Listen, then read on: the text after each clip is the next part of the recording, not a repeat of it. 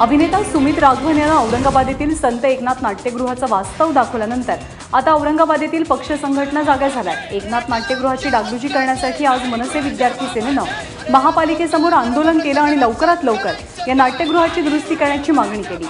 अभिनेता सुमित राघवननं फेसबुकवर नाट्यगृहाच्या दुरवस्थेचा व्हिडिओ टाकत सर्व प्रकार समोर आणला। त्यानंतर औरंगाबाद महापालिकेच्या दुर्लक्षाकडे सर्व स्तरातून टीका होतीये।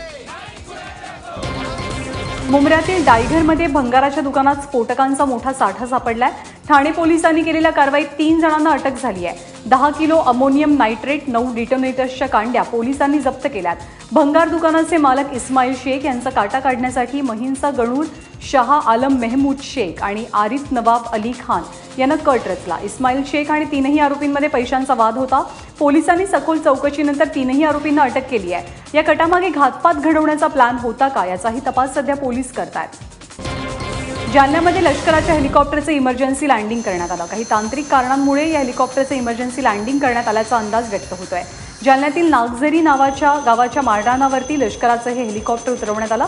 या मारडाणावरती हेलिकॉप्टरची दुरुस्ती करण्यात आली आणि त्यानंतर जवळपास अर्ध्या पाऊण तासानंतर या हेलिकॉप्टरनं पुन्हा उड्डाण घेतलं।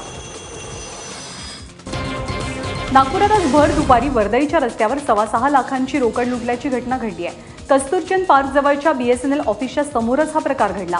एका तंबाखू व्यापाराचा कर्मचारी बॅगेमध्ये 6,25,000ची रक्कम घेऊन बँकेत चालला होता। त्यावेळी मोटरसायकलवरनं आलेल्या दोघांनी कर्मचाऱ्याच्या डोळ्यात मिरचीची पूड फेकली आणि त्याच्याकडची बॅग हिसकावून पळ काढला। रेमंड लिमिटेड कंपनीचे प्रमुख गौतम सिंघानियांविरोधात त्यांचे वडील गौतम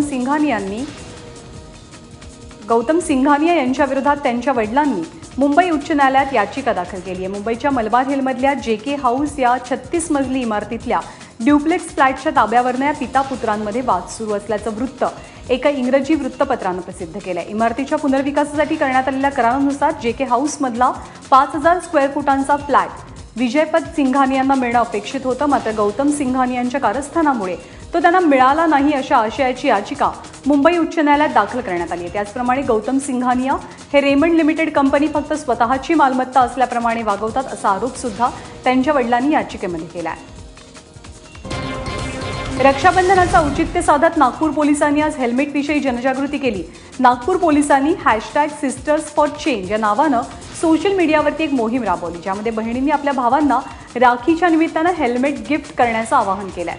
पोलीस आयुक्त व्यंकटेशम यांनी या मोहिमेसाठी पुढाकार घेऊन इतर कर्मचाऱ्यांनाही यामध्ये सामावून घेतलंय।